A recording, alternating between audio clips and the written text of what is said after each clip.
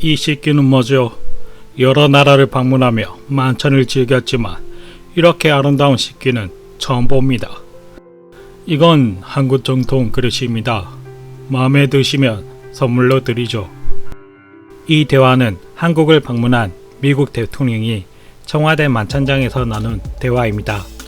그렇다면 미국 대통령 부부가 반한 한국의 전통 그릇은 무엇일까요?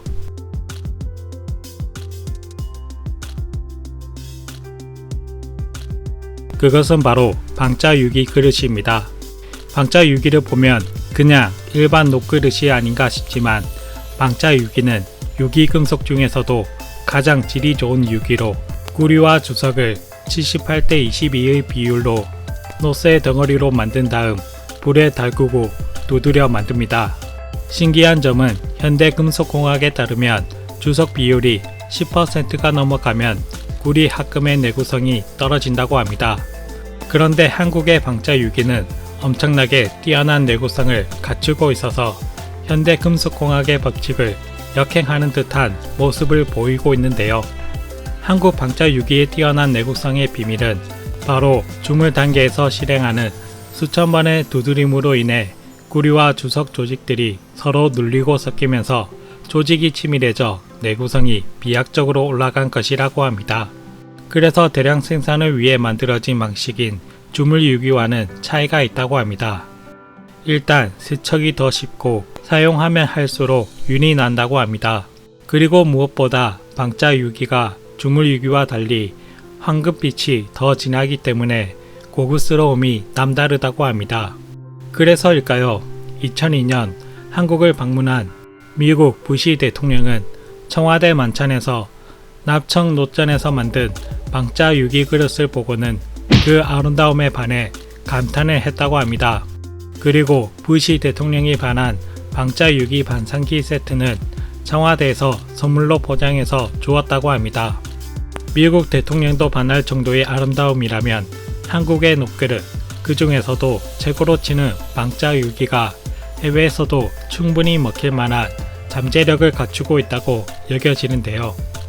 그런데도 많은 사람들이 한국의 녹그릇의 가능성을 저평가하고 그저 촌스러운 전통으로만 치부할 뿐 이 전통 기술을 배우려고 발전시키려고 하지도 않는다고 합니다.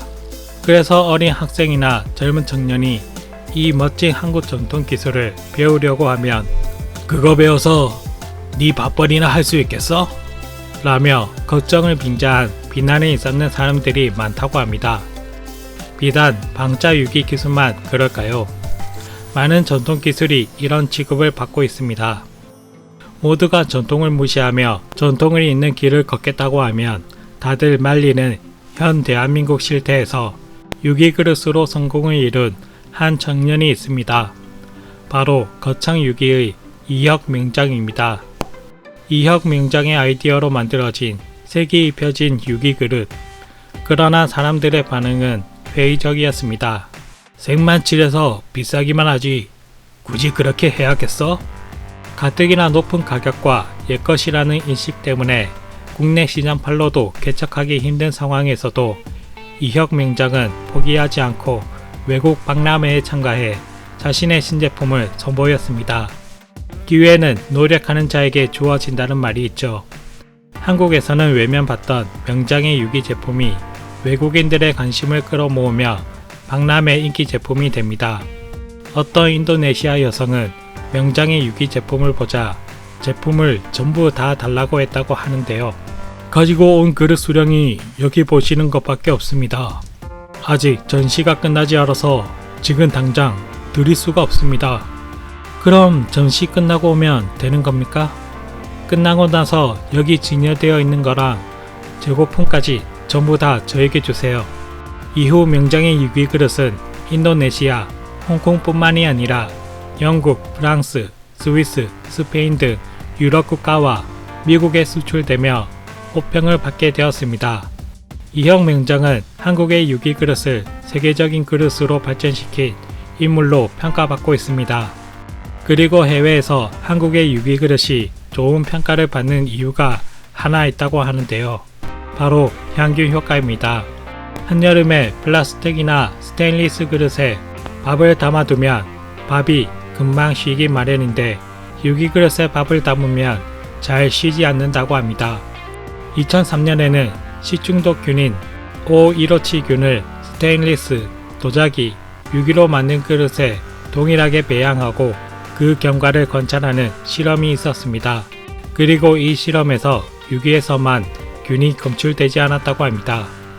2008년에는 비브리오균이 있는 수족관에 유기를 넣고 실험을 한 결과 거기서 지낸 어류의 표피나 내장에서 균이 검출되지 않았다고 하는데요. 이러한 유기 그릇의 살균 효과는 유기를 만들 때 사용되는 구리 덕분이라고 합니다. 또한 농약 성분이 있는 음식을 담을 경우 까맣게 탈색되어 눈으로 쉽사리 확인하기 힘든 인체에 해로운 물질을 먹기도 전에 알 수가 있어서 과일이나 채소를 유기 그릇에 보관하기도 한다고 합니다.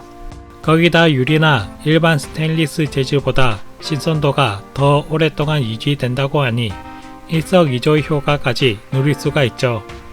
요즘같이 먹거리 안전, 코로나 같은 질병 문제에 민감한 시기에 한국의 유기 그릇은 식탁에서 할 수 있는 최고의 방역인 셈이죠. 유기 기술 자체의 역사는 수천 년부터 존재해 왔습니다.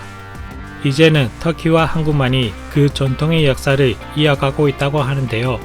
안타까운 점은 터키의 경우 이 기술의 시원 역사를 가지고 있음에도 불구하고 그 영향력이 줄어들어 이제는 드럼 심벌만을 주로 만든다고 합니다. 한국도 일제강점기 말 그릇 공출과 한국전쟁, 경제개발과 성장에 따른 주거 환경 변화 등으로 천년을 이어온 기술이 끊길 뻔했지만 전통을 잇고자 하는 열정적인 장인들의 고집과 끝없이 발전하려는 노력으로 새로운 성장을 하고 있습니다. 어떤 이들은 장인들의 노력을 무시하고 어차피 세계적인 명품은 유럽이나 일본 것만 쳐준다며 한국의 전통을 무시하곤 하는데요. 그러나 정작 세계인들은 한국의 전통 기술을 높이 쳐주고 그 가치와 아름다움을 인정하고 있습니다.